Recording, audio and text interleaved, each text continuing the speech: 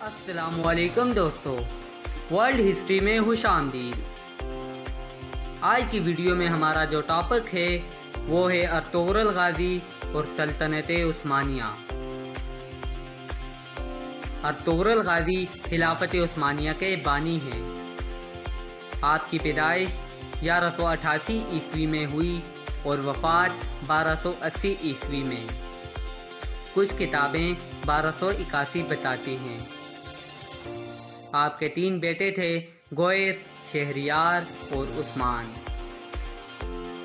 آپ کے بیٹے عثمان نے 1291 یعنی ارطغرل اپنے والد کی وفات کے 10 سال بعد خلافت بنائی، اور ارطغرل کے اسی بیٹے عثمان کے نام سے ہی خلافت کا نام خلافت عثمانیہ رکھا گیا، لیکن خلافت کی بنیاد ارطغرل غازی پہلے ہی رکھ گئے تھے۔ اس کے بعد اسی خلافت نے 1291 عیسوی سے لے کر 1924 تک 600 سال تک ان ترکوں کی تلواروں نے امت مسلمہ کا دفاع کیا۔ ارطغرل غازی کا خاندان وسطی ایشیا سے آیا تھا اور ان کے جد امجد اوغوز خان کے 12 بیٹے تھے، جن سے یہ 12 قبیلے بنے، جن میں سے ایک کائی قبیلہ بھی تھا، جس سے ارطغرل غازی تعلق رکھتے تھے۔ آپ کے والد کا نام سلیمان شاہ تھا۔ ارطغرل غازی کے 3 اور بھائی تھے، سارم، ذوالجان اور گلدارو۔ آپ کی والدہ کا نام آئمہ تھا۔ ارطغرل غازی کے 3 رائٹ ہینڈ وامسی، ترگت اور دوغان تھے۔ یہ ارطغرل غازی کے وہ بہادر جنگجو تھے جو اس پر جان نچھاور کرنے سے گریز نہیں کرتے تھے۔ ارطغرل غازی کا خاندان وسطی ایشیا سے ایران، پھر ایران سے اناطولیہ آیا تھا۔ منگولوں کی یہ لہار سے بچنے کے لیے جہاں سلطان علاء الدین جو سلجوق سلطنت کے سلطان تھے، اور یہ سلجوق سلطنت سلطان الپ ارسلان نے 1071 میں قائم کی تھی۔ 1071 میں سلطان الپ ارسلان نے بازنطین کو بیٹل آف منازگرت میں عبرتناک شکست دے کر تاریخ کی ایک بہت بڑی جنگ جیت لی تھی، اور اس کے ساتھ ساتھ سلجوق سلطنت کی بنیاد رکھی تھی۔ اسی سلطنت کا آگے جا کر سلطان علاء الدین سربراہ بنے تھے۔ اسی سلطان علاء الدین کے سائے تلے یہ 12 قبیلے اوغوز خان رہتے تھے۔ کائی قبیلے کے سربراہ ارطغرل غازی بنے اپنے والد سلیمان شاہ کی وفات کے بعد۔ سب سے پہلے اہلت آئے، پھر اہلت سے حلب 1232، جہاں سلطان صلاح الدین ایوبی کے پوتے العزیز کی حکومت تھی۔ سب سے پہلے ارطغرل غازی نے العزیز سے دوستی کی، پھر سلطان علاء الدین کی بانجی حلیمہ سلطان سے شادی کی، جس سے آپ کے 3 بیٹے ہوئے۔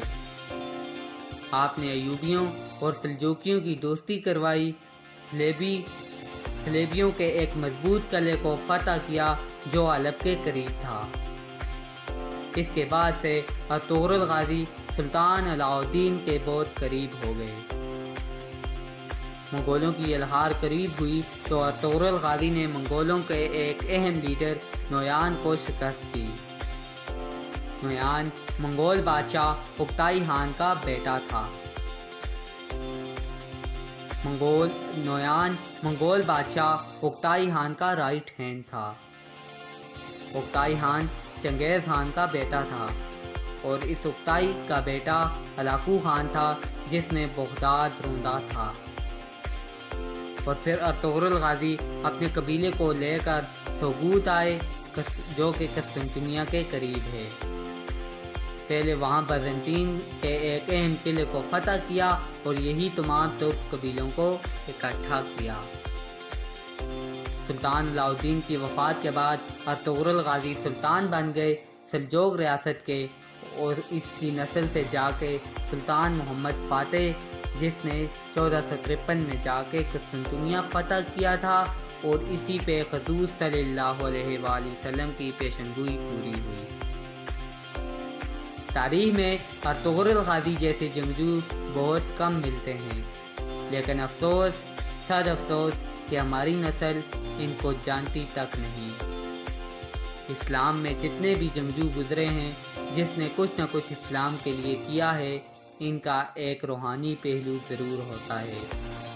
ان کے پیچھے ضرور کوئی نہ کوئی روحانی شخصیت ہوتی ہے جن کی ڈیوٹی اللہ پاک نے لگائی ہوتی ہے۔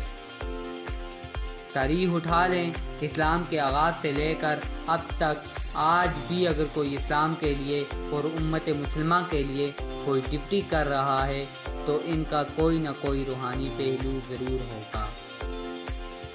ارطغرل غازی کے پیچھے اللہ پاک نے اور حضور صلی اللہ علیہ وآلہ وسلم کے فیضان سے جن کی ڈیوٹی لگائی گئی تھی وہ شیخ معین الدین ابن العربی رحمۃ اللہ علیہ تھے، جو اندلس سے ارطغرل غازی کی روحانی مدد کو پہنچے تھے۔ حضور صلی اللہ علیہ وآلہ وسلم کی خوبصورت حدیث شریف ہے کہ مومن کی فراست سے ڈرو کہ وہ اللہ کے نور سے دیکھتا ہے۔ اللہ پاک ارطغرل غازی کا رتبہ بلند فرمائے اور ہزاروں رحمتیں ہوں ان پر، آمین۔ تو دوستو، یہ تھی ہماری آج کی ویڈیو، ارطغرل غازی اور سلطنت عثمانیہ۔ مزید اچھی اور تاریخی ویڈیوز دیکھنے کے لیے چینل کو سبسکرائب